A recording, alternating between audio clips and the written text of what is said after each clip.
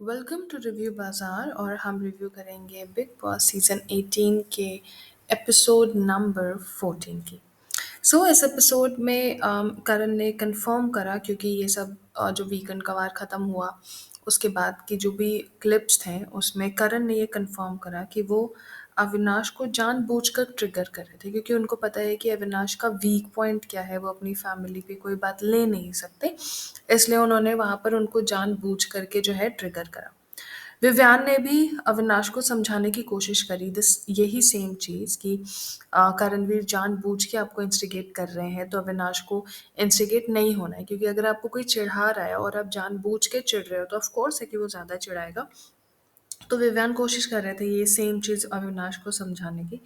मुझे लगता है थोड़े दिन में मे बी 4-5 हफ्तों के बाद या कभी भी, मुझे ऐसा लगता है विवियान और करणवीर की ना एक बहुत ही तगड़ी फाइट होगी। एक इन दोनों में ही डिफरेंसेस ऑफ कोर्स हैं, जो इनके मन में है, लेकिन ये बहुत ज़्यादा एक्सप्रेस नहीं करते इस चीज़ को। दोनों ही जो है बैलेंस करने की कोशिश करते हैं अपने रिलेशनशिप को, लेकिन मुझे लगता है एक्चुअल में जो टीम है ना, वो टीम करणवीर और टीम विवियान ही है। अविनाश तो बस एक मोहरा है, बट मुझे ऐसा लगता है कि ये 2 लोगों की, करणवीर और विवियान की लड़ाई, तगड़ी लड़ाई होने वाली है।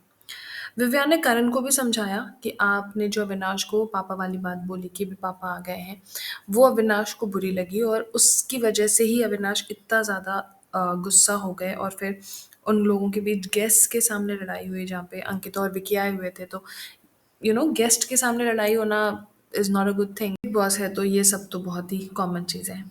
एक कॉन्वर्सेशन हो रही थी, रात का टाइम था जहाँ पर चुम, शिल्पा, करणवीर और भी लोग बैठे हुए थे और उनमें से चुम को पूछा इन लोगों ने कि आपका टाइप कौन-सा है? कौन-सा लड़का? अगर घर से किसी लड़के को आपको चुनना पड़े तो आप किसको चुनोगे? वहाँ पर चुम ने अविनाश को चुना। शायद चुम भूल गए हैं कि चुम की वजह से ही अविनाश एलिमिनेट हुए थे। सो पता नहीं, मुझे नहीं पता चुम के दिमाग में क्या चल रहा होता है, वो एक्सप्रेस क्यों नहीं करती हैं। वो करणवीर को ये बोल रहे थे कि मैं इसलिए एक्सप्रेस नहीं करती हूँ क्योंकि लोग बहुत जजमेंटल है। ऑफ कोर्स लोग तो जज करेंगे ना, जज करने का ही तो शो है बिग बॉस। अगर आप शो में आए हो, अपने पॉइंट ऑफ व्यूज़ नहीं रखोगे तो आपको लोग जज कैसे करेंगे कि आप किस टाइप के हो, आप कैसे हो? ये जज करने का ही शो है, जो मुझे लगता है चुम को ये क्लैरिटी नहीं है। रजत और अविनाश की भी कन्वर्सेशन हो रही थी, जहाँ पर अविनाश रजत को अपना पॉइंट ऑफ व्यू समझा रहे हैं कि उनको क्या सही लग रहा है, क्या गलत लग रहा है, क्योंकि अविनाश ने ना चिकन और जो भी पनीर वगैरह है, जो भी फ्रिज का आइटम है, वो ईशा को रखने के लिए दिया था और अब अविनाश को जेल में फ्रिज भी मिल गया है। तो बिग बिग बॉस ने दिया है ये फ्रिज अविनाश को, ताकि वो ये सारी चीज़ें स्टोर कर सके, और अविनाश ने ये चीज़ें ईशा से वापस माँग ली कि हमने आपको रखने को दिया था तो आप हमें वापस कर दो, और ईशा ने बिना सोचे दे भी दिया। अब यहाँ पर जब घर वालों को पता लगा तो सारा ने बोला कि आपके ऊपर ट्रस्ट इश्यूज़ होंगे हम लोगों को, क्योंकि आपने जो है हमसे बिना पूछे दे दिया है। तो अविनाश से डायरेक्टली ईशा जो है तुरंत ये चीज़ें मांगने के लिए चली गई कि हाँ मेरे से गलती हुई है, मुझे शायद पूछ के देना चाहिए था। यहाँ पर अविनाश कह रहे थे कि मैं एज अ फ्रेंड तेरे से डिसअपॉइंटेड नहीं हूँ, लेकिन एज अ कंटेस्टेंट मैं तेरे से डिसअपॉइंटेड हूँ कि तू इतनी जल्दी मान गई और फिर तूने स्टैंड नहीं लिया। बट यहाँ पर मुझे लगता है कहीं ना कहीं ईशा भी सही है, क्योंकि ऑफ कोर्स वो अविनाश के फ्रेंड हैं, लेकिन घर में उनको रहना है और लोगों के साथ भी, तो उनको और भी ज़्यादा एलियंस बनाने होंगे और भी फ्रेंड्स रखने होंगे। अगर उनको कोई ट्रस्ट नहीं करेगा तो फिर गेम में लॉन्ग टर्म रहना उनके लिए भी प्रॉब्लमैटिक है।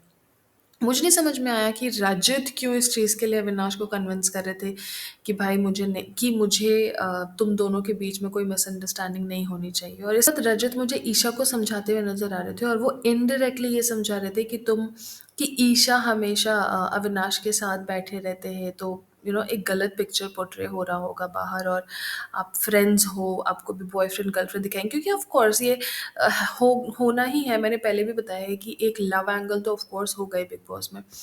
जो हाँ 12वें-13वें हफ्ते में होना था, वो बिग बॉस ने 4वें-5वें हफ्ते में ही कर दिया। So good job. हाँ, यही है। अब मुझे ये नहीं समझ में आया कि इस कॉन्वर्सेशन में जहाँ पर रजत ईशा को बोल रहे थे कि मैं तुझे बहन की तरह देखता हूँ और ये सारी चीज़ें, तो वहाँ पर रजत रोए क्यों, ये रजत को पता होगा, वो क्लैरिटी नहीं थी।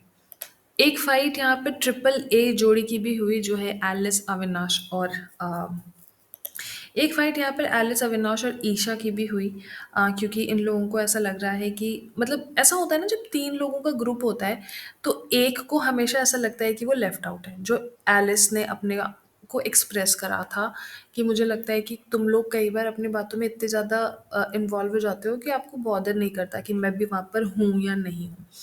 और वहीं पर एक कॉन्वर्सेशन में ईशा कोई सेम चीज़ लगी और फिर ईशा जो है अपने आप को वहाँ से वॉक ऑफ कर लिया वहाँ पे ईशा ने। और और फिर बाद में उन्होंने वो वापस आए और फिर अविनाश और एलिस को बोला कि ये टॉपिक ही ड्रॉप कर दो, let's not talk about it.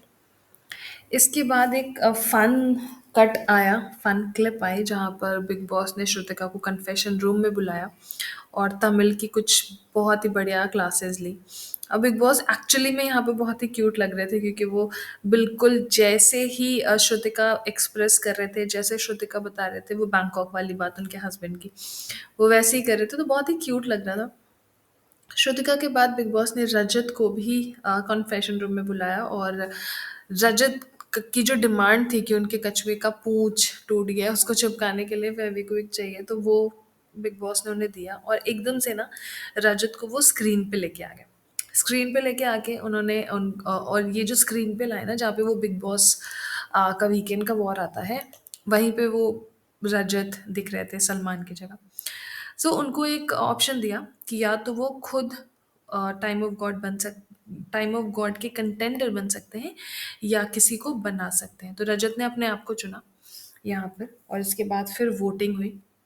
Votes में आरफीन को वोट किया शहजाद, श्रुतिका, नायरा, सारा, मुस्कान, करण चुम ने, और रजत को वोट किया बग्गा जी, ईशा, शिल्पा, चाहत, एलिस, अविनाश और विव्या ने। ये टाई हो गया और अब इस हफ्ते के लिए कोई भी टाइम ऑफ गॉड नहीं होगा, क्योंकि दोनों को ही इक्वल इक्वल वोट्स मिले थे। गैलेक्सी की चॉकलेट्स का बॉक्स खुला है और इसकी चाबी भी बिग बॉस ने अविनाश को दी है। अविनाश इज द न्यू लाडला गाइस।